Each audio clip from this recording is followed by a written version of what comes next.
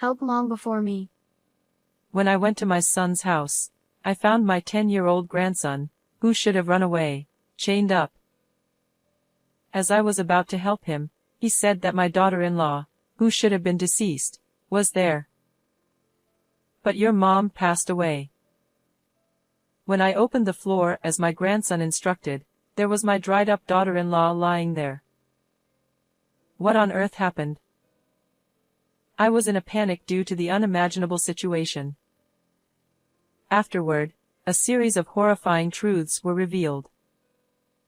A year ago, after my husband passed away, I had been living alone. However, my son's family lived just a 30-minute walk away, so I didn't feel lonely. Especially my 10-year-old grandson Ron, who often rode his bike to visit me. Grandma. Look. I got a perfect score on my math test. I was always charmed by my kind and smart grandson who visited me out of concern. My son Simon, at 34, was a company employee. He had earned a qualification in economics at university and was using it at work. He seemed busy, so we didn't see each other often, but I thought it was proof of his hard work. Instead, my daughter-in-law Lily often visited me. Hello, how are you doing? I was always grateful for her concern. Mom, you should go on an overseas cruise. Half a year ago, my son suddenly came over and gave me a 2-week trip as a gift. He said he wanted to cheer me up after losing my husband. Oh my. What a thoughtful gesture. Thank you. I joyfully went on the cruise with my hobby friends, planning to help my son and his wife when I returned. However, Lily passed away a week ago, and we already had the funeral. When I visited my son right after returning to deliver souvenirs, I was shocked to hear the news at the doorstep. It was so sudden that they had the funeral with just the two of them. No way. As I tried to peek inside the house, my son quickly blocked my view. I didn't tell you because I wanted you to enjoy your trip. Indeed, I was on the sea at that time. Did you inform her parents? What about Ron? I bombarded him with questions, and my son frowned. I've contacted her parents, and Ron is in shock, so please leave him alone. I couldn't believe Lily was gone. Can I come in? I asked, but my son glared at me. Stop thinking only about yourself. You're really persistent. He yelled and shoved me into the empty street, causing me to fall. This boy is also grieving the loss of his beloved family. I accepted what he said, feeling deeply ashamed of my selfishness. Looking up at my glaring son, I apologized and decided to leave. Now, I regret not forcing my way in then, for something terrible was already happening. The next day, I decided to call my son first to ask if he needed help instead of showing up unannounced. But he didn't answer, possibly busy with work. I wanted to visit Lily's grave and check on my grandson. Yet, I didn't want to burden my son with my demands. After several unanswered calls, I left a message asking if I could visit. The next day, still no call back, so I decided to call once more. After a few rings, my son answered with an irritated tone. Why are you calling so much? I've got a lot going on here. Why? Because I'm worried about you and my grandson. By the way, Ron ran away. He left a note saying I'm following Mom. I was horrified by the note my grandson left. Oh no. Did you call the police? Of course, I called them immediately. I was terribly worried about Ron. He must be lonely after losing his mother. Oh, please come back. My hand holding the phone grew cold and numb. I'll look for him too. He'll come back eventually, so you don't need to do anything. My son shouted as I was about to hang up. Maybe he was trying to keep me from worrying, but I couldn't ignore a missing 10-year-old. But what did the police say? Huh? Oh, the police? They're doing interviews and searches. My son's vague response made me suspicious. Anyway, don't worry, he'll be back soon. Then he angrily hung up. Is he really looking for Ron? A small doubt began to grow in my heart. That night, I couldn't sleep at all, constantly worrying about my grandson. As the sky began to lighten, I made a decision. Better to walk around searching for Ron than doing nothing. More searchers would be better. I headed to the police station as soon as the inquiry desk opened at 8:30. My grandson ran away, and you're searching for him, right? Any leads? The officer listened and checked the status. To my shock, they said no search request had been filed. What? That can't be. I was stunned, remembering my son's evasive answers. He's hiding something. Thanking the officer, I immediately went to my son's house. I rang the doorbell, but there was no response, as he was likely already at work. Using my spare key, I let myself in. From the back, I heard noises. Did he leave the TV on? Curiously, I headed towards the sound, finding my grandson chained in the kitchen storage space. Ron! What happened to you? I rushed to him and hugged him. Grandma. Please. Help Mom first. He pointed to the floor storage nearby with his chin. But your mom is gone, right? The funeral was held. No. Mom is here. Please hurry. He was in a panic, crying and kicking to get closer. His frantic expression made me realize something was seriously wrong. I fearfully opened the floor storage. No. Lily. There lay my daughter-in-law, mouth gagged, hands and feet bound with tape, dried up and lifeless. It's all Dad's fault. Wah.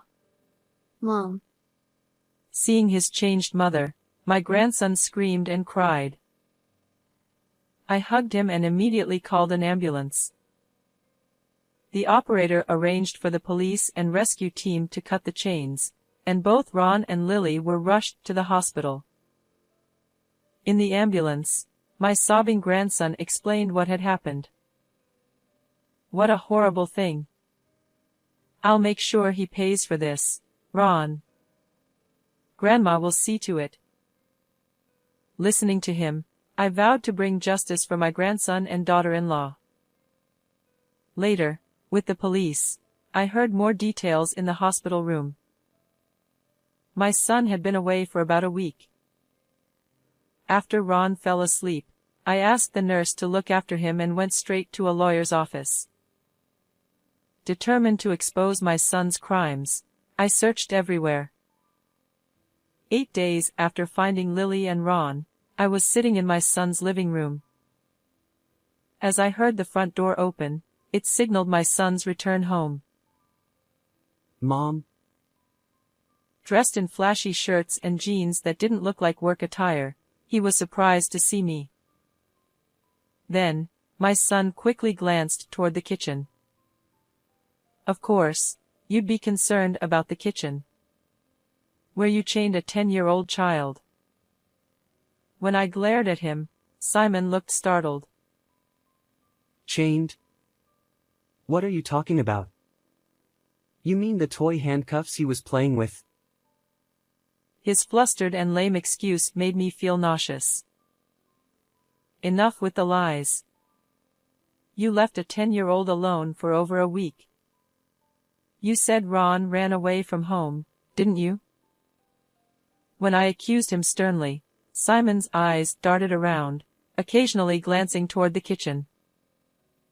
He did run away, but the police found him. Liar. You didn't even file a missing person report.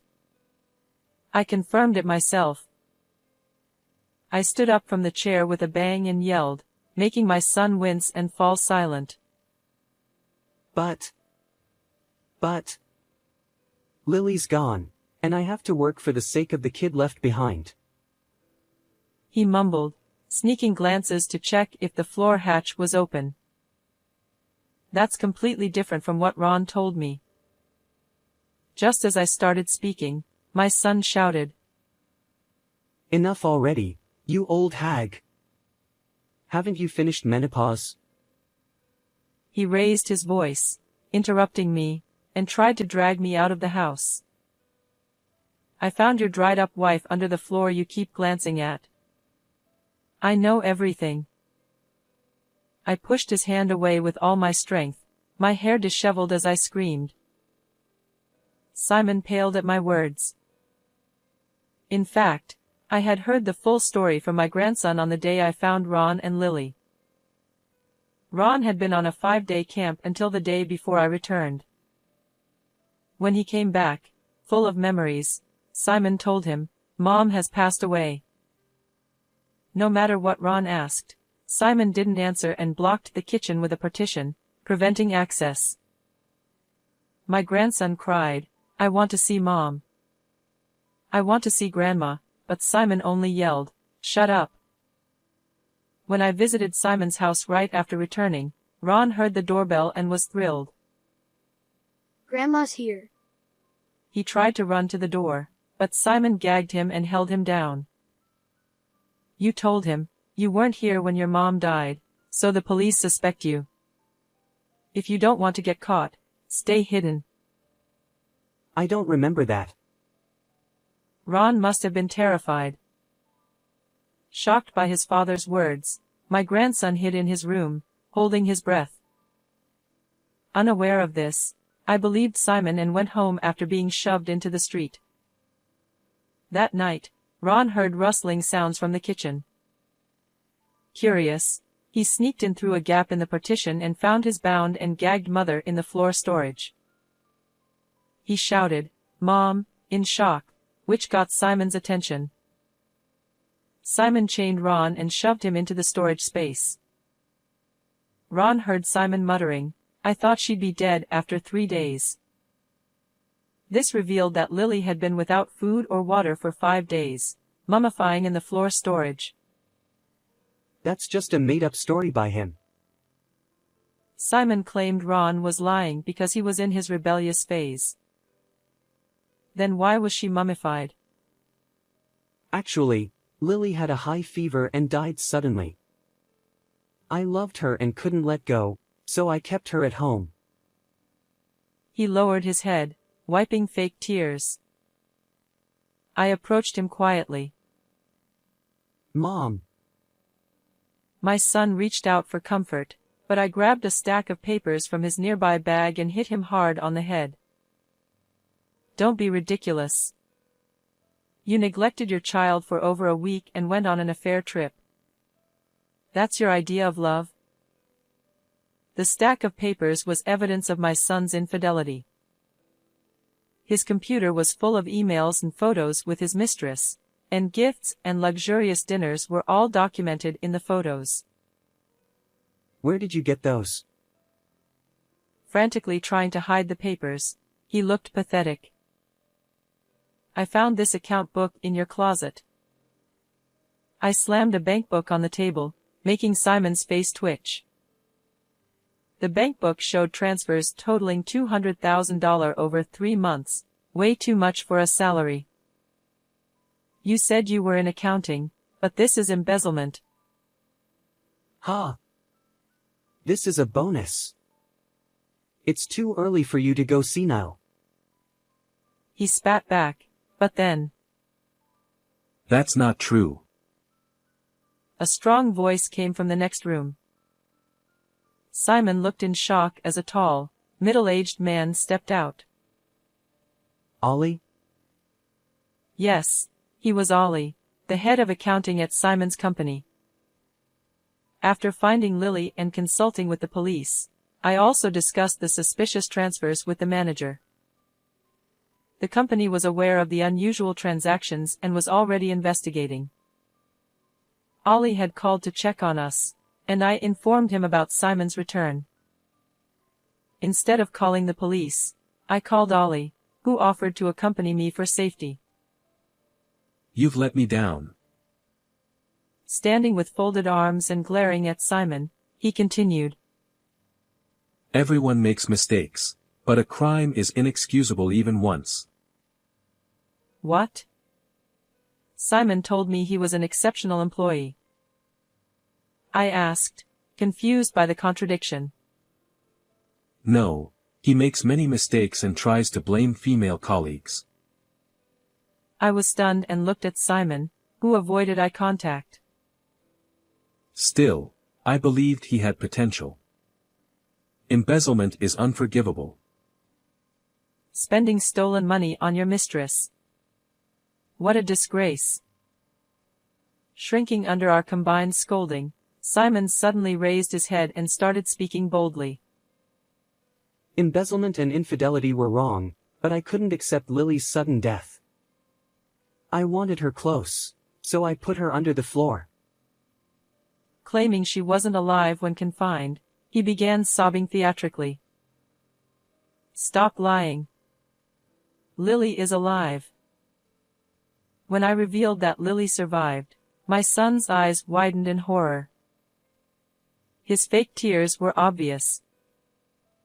That day, thanks to the doctors, Lily was saved and, though bedridden, gave statements to the police matching Ron's. She discovered Simon's bankbook and was attacked when she tried to contact the company. Remembering her trembling during her statement made my anger flare up again. Our company values customer trust above all. We cannot tolerate this. You're fired. The manager's low, powerful voice made Simon tear up. What you did is unforgivable. You're cut off.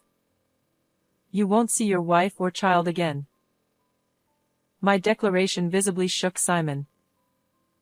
What? Fired and cut off? How am I supposed to live? Help me, Mom. Go cry in the bathroom again. I pushed away my son, who was clinging to me, crying. Just then, I heard police sirens, signaling the arrival of officers called before Ollie's appearance. Am I really getting arrested? I just wanted to impress a younger woman. Simon cried out, but I handed him over to the police, shooing him away. After that, my son was arrested. The lawyer predicts that, due to embezzling company funds, he might spend about 10 years in prison. Lily divorced him immediately and demanded $200,000 in alimony and child support. I hope he spends his life in poverty and loneliness, darker than the space under the floorboards. On the other hand, Lily has fully recovered, and Ron is doing well too.